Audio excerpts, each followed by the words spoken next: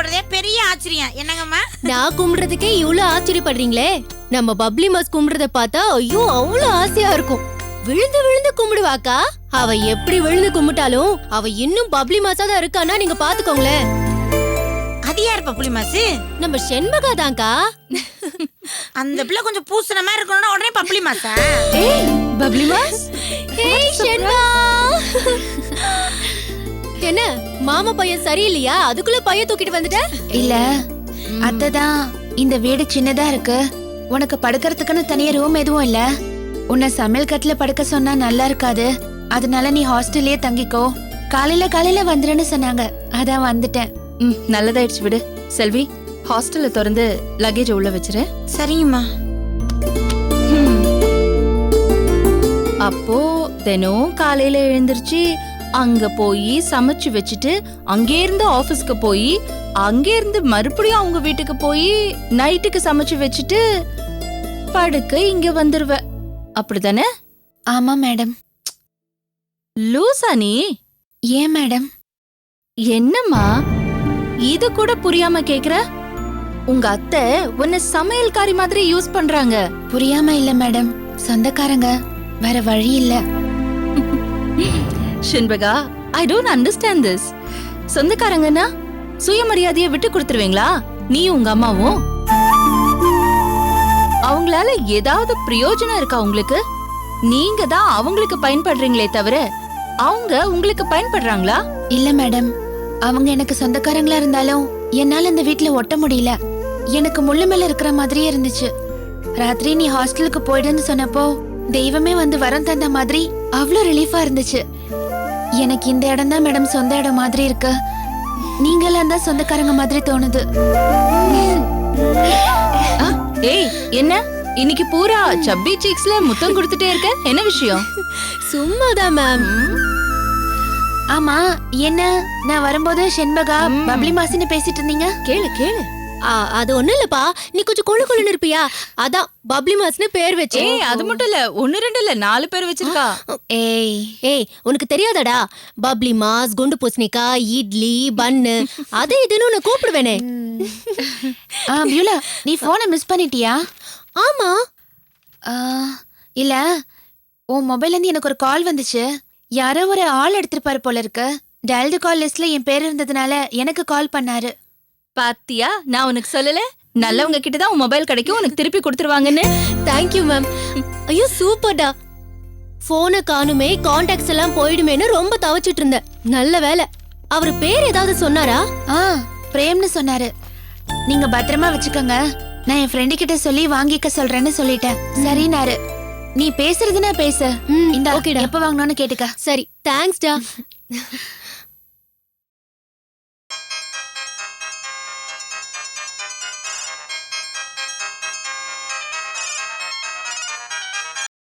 Hello. Hello, Mr. Prem. Yeah, speaking. May I know who's on the line?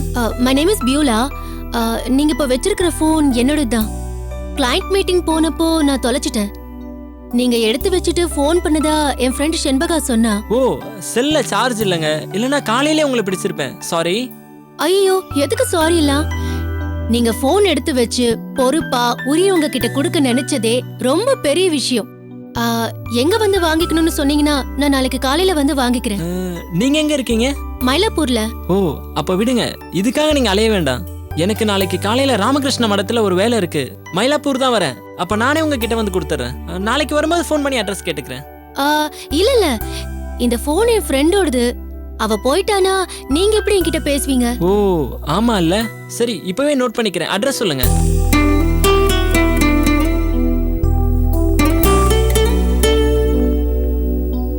Yeah, okay. Thank you so much. So we'll meet tomorrow. அப்பாடா, உன் phone பிரச்சனை தீர்ந்துருச்சா? வந்ததுல இருந்து ஃபோன்னு உயிரையே விட்டுட்டான். கதையில வர ராட்சசனோட உயிரை 7 கடல் 7 மலை தாண்டி ஒரு கிளிக்குள்ள இருக்கிற மாதிரி பியூலாவோட உயிரை அவ மொபைல் போன்ல இருக்கு போல இருக்கு. சரி மேம், அப்போ நாங்க ஹாஸ்டலுக்கு போய் தூங்குறோம். ஓகே, குட் நைட் மா. Good night ma'am, bye. Thank you. ஏய், ஒரு நிமிஷம். இந்தா, இந்த பாலை குடிச்சிட்டு 2 பேரும் தூங்கிருங்க. ஓகே, சரிங்க ma'am. Thank you. Thank you ma'am. Good night.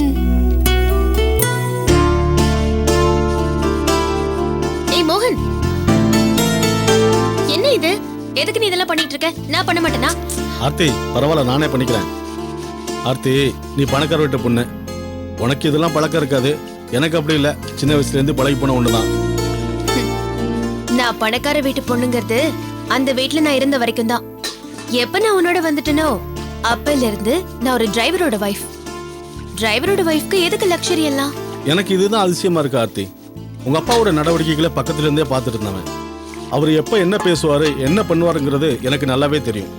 நான் வண்டி ஓட்டிட்டு இருக்கும்போதே அவர் போன் பேசுறத பார்த்து சில சமயங்களில் கை நடுங்கி வண்டியை எங்கேயாவது ஆக்ஷன் பண்ணிவிடணும்னு பல சமயங்கள் நான் பயந்துருக்கேன். அப்படிப்பட்ட மனுஷனுக்கு இப்படி ஒரு பொண்ணான்னு ரொம்ப ஆச்சரியமா இருக்கு. நான் இப்படி இருக்கிறதுக்கு காரணம் எங்க அப்பா தான். சின்ன புள்ளையில இருந்து நான் பார்த்தது எல்லாமே கட்ட பஞ்சாயத்து, அடிதடி, இந்த மாதிரி விஷயங்கள் தான். எங்க அம்மா எங்க அப்பா கிட்ட மாட்டிக்கிட்டு ஒரு வாயில்லாத பூச்சி மாதிரி வாழ்ந்தாங்க. அவங்க படுற கஷ்டத்தையெல்லாம் நான் பார்த்து குடும்ப வாழ்க்கைங்கிறது இதுதான் போல இருக்கு. ஐயோ, நாமளும் இந்த மாதிரியான ஒரு நரகத்துல தான் வாழணுமான்னு ஒவ்வொரு நாளும் பயந்துகிட்டு இருப்பேன். எங்க அப்பா எனக்கு மாப்பிள்ளை பார்த்து கல்யாணம் பண்ணி வச்சிருந்தா நிச்சயமா அவரை மாதிரியான ஒரு அடாவடிக்காரனுக்கு தான் என்ன கல்யாணம் பண்ணி வச்சிருப்பாரு. அது மட்டும் நடந்திருந்துச்சுன்னா என் வாழ்க்கையும் எங்க அம்மாவோட வாழ்க்கை மாதிரி ஆயிருக்கும். சாப்பிடுற மாதிரி, அழுகிறதும் ஒரு தினசரி கடமை மாதிரி ஆயிருக்கும். அந்த மாதிரியான ஒரு வாழ்க்கை ஒரு சாபம். அது எனக்கு வந்துருமா அப்படின்னு நினைச்சு பயந்துட்டு இருக்கும் போதுதான் சாப விமோச்சனம் மாதிரி நீ வந்த. ஆர்த்தி, நான் உன்னோட சாய்ஸா இருப்பேன்னு நான் கொஞ்சம் கூட நினைச்சு பார்க்கல. நீ அழகான திறமையான பொண்ணு. எனக்கு உன்னை பிடிக்கிறதுல எந்த ஆச்சரியமும் இல்லை. ஏன்னா உன்னை எல்லாருக்குமே பிடிக்கும். நான் அப்படி இல்லை, ஒரு சாதாரண வேலைக்காரன். உங்க அப்பாவோட ஏவல் கட்டு நடக்கிறவன். எனக்கு சாதி இல்லை, மதம் இல்லை, அந்தஸ்து இல்லை. நான் அழகுன்னு கூட சொல்ல முடியாது. ஏதோ கொஞ்சம் படிச்சிருக்கேன், அவ்வளவுதான். என்னால இப்ப கூட நீ என்ன லவ் பண்றங்கிறத நம்பவே முடியல ஆர்த்தி.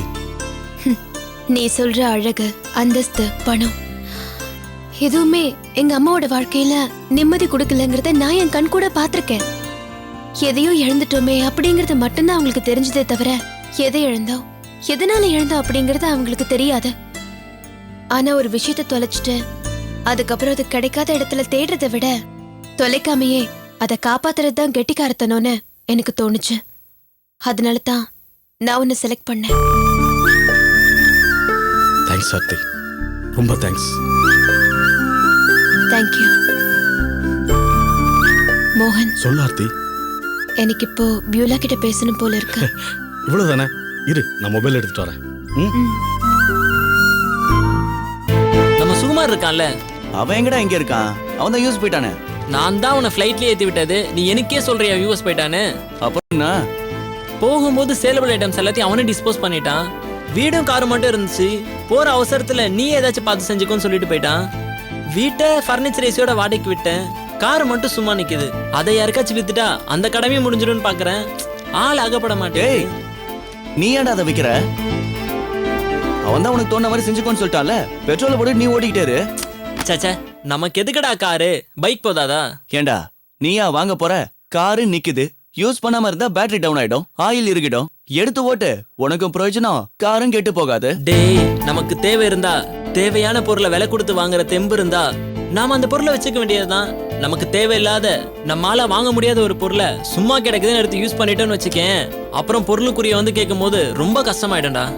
எதுக்கு அதெல்லாம்? அதை விற்கிறது தான் நல்லது. பாப்போம், யாராச்சும் உனக்கு வேண்டிய சர்க்கிள்ல கேட்டா சொல்லு. பெரிய லாபம் இல்லைனாலும் பரவாயில்ல, ஓரளவு நியாயமான விலை வந்தா வித்துடலாம். சரிடா, இருடா.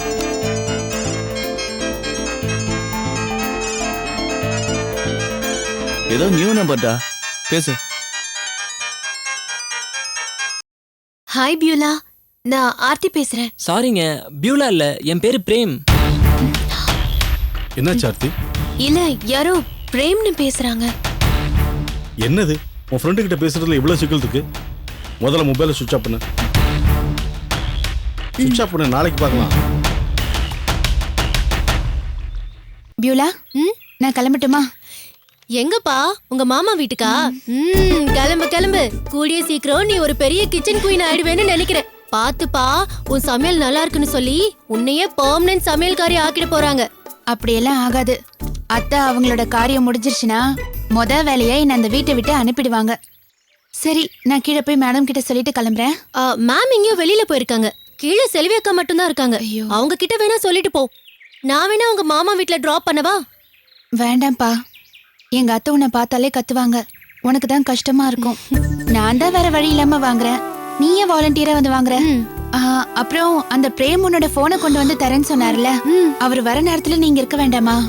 ஆமாப்பா, எனக்கு அது ஸ்ட்ரைக்கே ஆகல. சரி வா, நானும் உன் கூட கீழே வரேன்.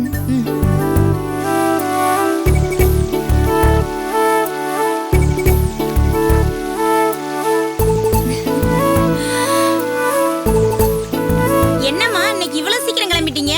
ஐயோ, நான் டிப்பனும் பண்ணலையே. சாம்பார் காய் நறிட்டு இருந்தேன், அதுக்குள்ளே அம்மா காப்பி கேட்டாங்க. இப்பதான் கொண்டு போய் கொடுத்தேன், அதுக்குள்ளே அம்மா வெளியே போறேன்னு சொல்லிட்டு போறாங்க. சரி, அம்மா வந்தோடனே பண்ணிக்கலாமே, இப்பதான் செடிக்கு தண்ணி ஊத்தலாம்னு வந்தேன். சரி, உங்களுக்கு அவசரம்னா 2 தோசை சுட்டு தரட்டுமா? ஐயோ, அதுக்கும் தொட்டுக்கிற ஒண்ணும் இல்லையே. இல்ல செல்வி அக்கா, நான் சாப்பிட வரல. நான் எங்க மாமா வீட்டுக்கு போறேன். இன்னைக்கு நான் என் கையாலேயே அவிச்ச இட்லி தான் சாப்பிட போறேன். உங்ககிட்ட இருந்து இன்னைக்கு கிரேட் எஸ்கேப். ஏமா புரியல, இந்த பிள்ளைய பாத்தியா? என் சமையல் நான் அவ்வளவு மோசமா இருக்கு. சமையல் எல்லாம் நல்லா தான்க்கா இருக்கு. ஆனா இப்படி புர்லா புர்லான்னு கூப்பிடுறதா நல்லா இல்ல. அதானே உன் பேரு? ஐயோ அக்கா, என் பேர் புர்லா இல்ல, பியூலா. எனக்கு சொல்ல வரலமா, எனக்கு புர்லாவே வருது. போங்க. ஆறு ஷென்பா, என் பேரை எப்படி கொலை பண்றாங்கன்னு. நான் என்னவா பண்ணுவேன்? உங்களை மாதிரி படிச்சவளா நாங்க வளைச்சு நெளிச்சு பேசுறதுக்கு? பச்சுக்கிட்டா வஞ்சகம் பண்றேன், அவ்வளவுதே வருது. உன் பேரை சரியா சொல்லணும்னா ஒரே ஒரு வழிதான் இருக்கு. என்ன? நான் கூப்பிடுற மாதிரி உன் பேரை மாத்தி வச்சுக்க. ஐயோ அக்கா, இது என் அம்மா எனக்கு ஆசையா வச்ச பேரு. நீங்க புர்லான்னு வேணாலும் கூப்பிடுங்க, இல்ல சுனாமின்னு வேணாலும் கூப்பிடுங்க. ஆளு விடுங்க தாயே. சரி வா ஷென்பா போலாம். ஒரு நிமிஷம் பியூலா, போனை மறந்துட்டேன், எடுத்துட்டு வந்துடுறேன். சரி ஓகே. பாத்தியா, இங்கே போன விட்டு போகுது, அங்க போய் எனத்தை விட்டு வர போதும். பாருவே நீ.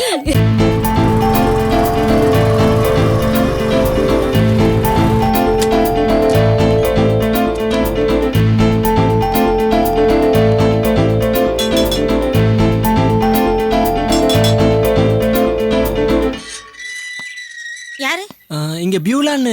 புர்லாவா? இருக்காங்க. அம்மா புர்லா, உன்னை தேடி தான் வந்திருக்காங்க. இல்லைங்க, நான் தேடி வந்தது பியூலாங்கிற பொண்ணு. அட ஏங்க சீவனை வாங்கிட்டு இருக்கீங்க?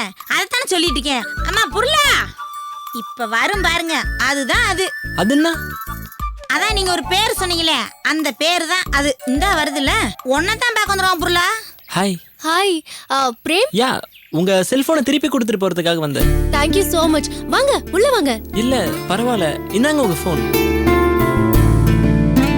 ஃபுல் சார்ஜ் போட்டு தான் எடுத்துட்டு வந்தேன், அதனால இன்னைக்கு நீங்க சார்ஜ் போட தேவையில்ல. சரி, நான் கிளம்புறேன்.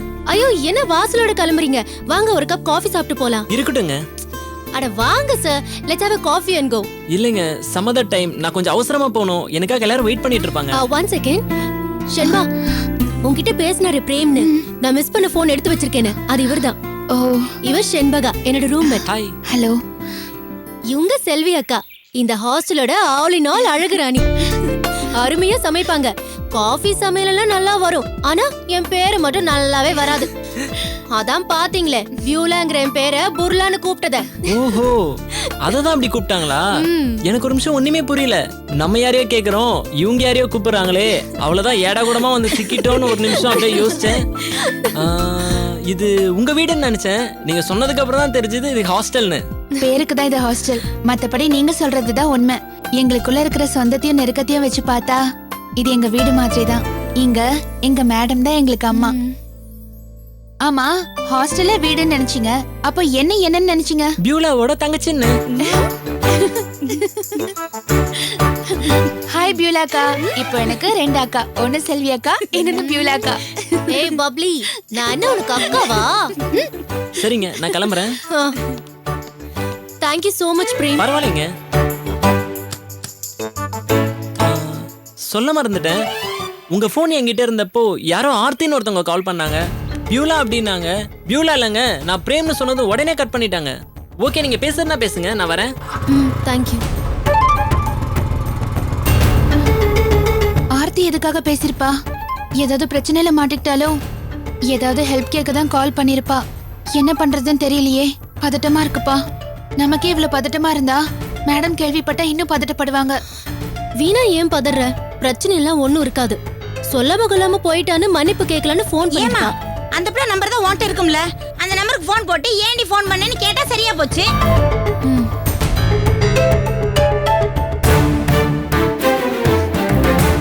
number is currently switched off. Please try again later. ஸ்விட்ச் ஆஃப்ல இருக்கு. அவங்க எந்த பிரச்சனையும் இல்லாம இருக்கணும்னு தான் என் மனசு அடிச்சுக்குது. அவளுக்கு ஒண்ணும் ஆகாதுப்பா. சரி நான் கிளம்புறேன், டைம் ஆயிடுச்சு. வர செல்வியக்கா. சரிடாம்மா, நீ கவலைப்படாம வரேன் போ. வியூலா.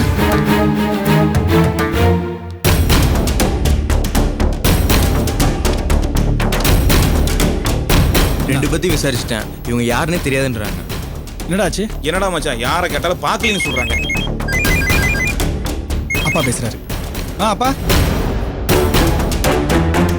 அப்பா நெல்லூர்ல உள்ள வெளியில டவுனு எல்லா ஏரியாவும் பூரா தேடி பார்த்துட்டேன்ப்பா. அந்த 2 ஓடுகாலிங்களும் தட்டுப்படவே இல்லப்பா. இப்ப என்னப்பா பண்ணலாம்? சரிங்கப்பா.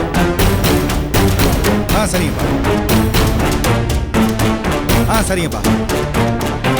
சரிங்கப்பா, நீங்க சொன்னபடியே செஞ்சிடலாம்ப்பா. வச்சிடலாம். அப்பா என்ன மட்டும் கிளம்பி வர சொன்னாரு. ஒருத்தர் நெல்லூர் நிப்பாட்டி அந்த ஏரியா ஃபுல்லா டெய்லி தேட சொன்னாரு. மற்ற 2 பேர் நெல்லூர் பக்கத்துல உள்ள வேற ஊர்களையும் தேட சொன்னாரு.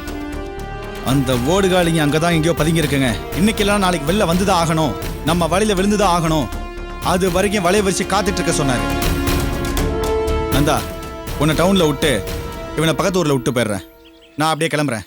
ஏதாவது தகவல்னா உடனே எனக்கு கூப்பிடுங்க. ஓகேயா? ஏறுங்க வண்டியில. என்னாச்சு டாக்டர்? மூக்கெல்லாம் வலிக்குது டாக்டர். மூச்சு இழுக்கும் போதெல்லாம் வலிக்குது டாக்டர். பாக்குறேன் இருங்க. கொஞ்சம் பொறுங்க சார், பார்க்க வேணாமா?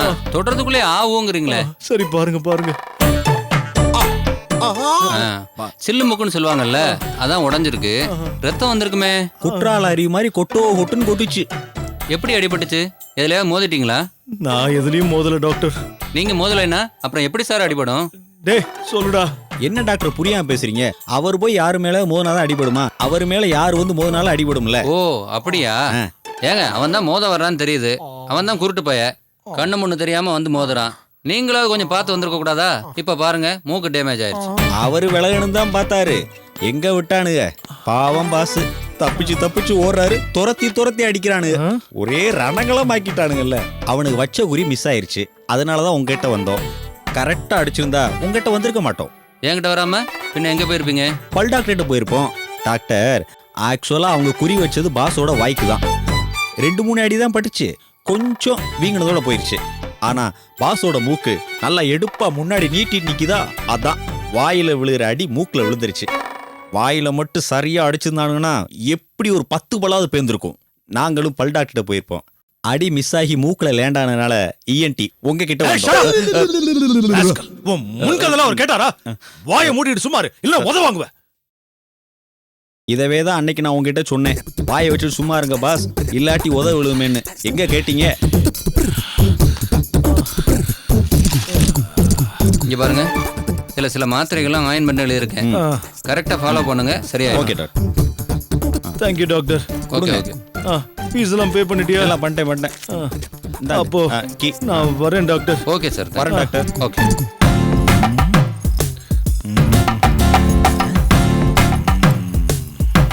என்ன பாஸ் ரொம்ப யோசிக்கிறீங்க?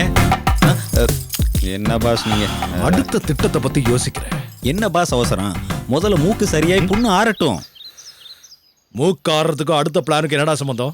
என்ன பாஸ் இப்படி கேக்குறீங்க? இந்த பிளானை எக்ஸிக்யூட் பண்ணும்போது அட்டாக் பண்ணிட்டாங்கன்னா இதே கண்டிஷன்ல உங்க மூக்கு இன்னொரு அடி வாங்கிச்சுன்னு வச்சுக்கோங்க, அப்படியே நசுங்கி போய் ஜப்பான்காரை மூக்கு மாதிரி சப்பே ஆயிடும். அப்புறம் வாழ்நாள் பூரா ங்கன்னு பேசிட்டு இருக்க வேண்டியது. Cool down boss, cool down. முதல்ல மூக்கை சரி பண்ணி உடம்புல தெம்ப ஏத்துங்க, அப்புறம் எந்த மலைனாலும் மோதுவோம். நாம போய் ஏன்டா மலையில மோதணும்? மலை போய் சாரு மேல மோதணும்டா. எப்படி பாஸ்? நாம சொன்னத அந்த ஆர்த்தியோட அப்பம் பெருசா எடுத்துக்க மாட்டேங்கிறான்ல. அவன் தான் உங்களை மனுஷனாவே மதிக்கலையே. நாம சொன்னதை அவன் நம்பணும்னா அதுக்கு ஒரே வழிதான் இருக்கு. It's a plain route. அந்த ஆர்த்தியை நம்ம தேடி கண்டுபிடிக்கணும்.